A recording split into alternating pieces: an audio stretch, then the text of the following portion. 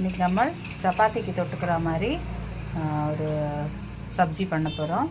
ஈஸியாக ஃபாஸ்ட்டாக குக்கரில் முடிகிற மாதிரி ஒரு சப்ஜி. அதுக்கு வந்து எண்ணெயை விட்டு ஜீரகம் போட்டு, ஜீரகம் தழைச்சதும் கஸ்தூரி மேத்தி கொஞ்சம் போட்டு, அதுக்கப்புறம் பச்சை மிளகா வெங்காயத்தையும் போட்டு, உருளைக்கிழங்கை போட்டு,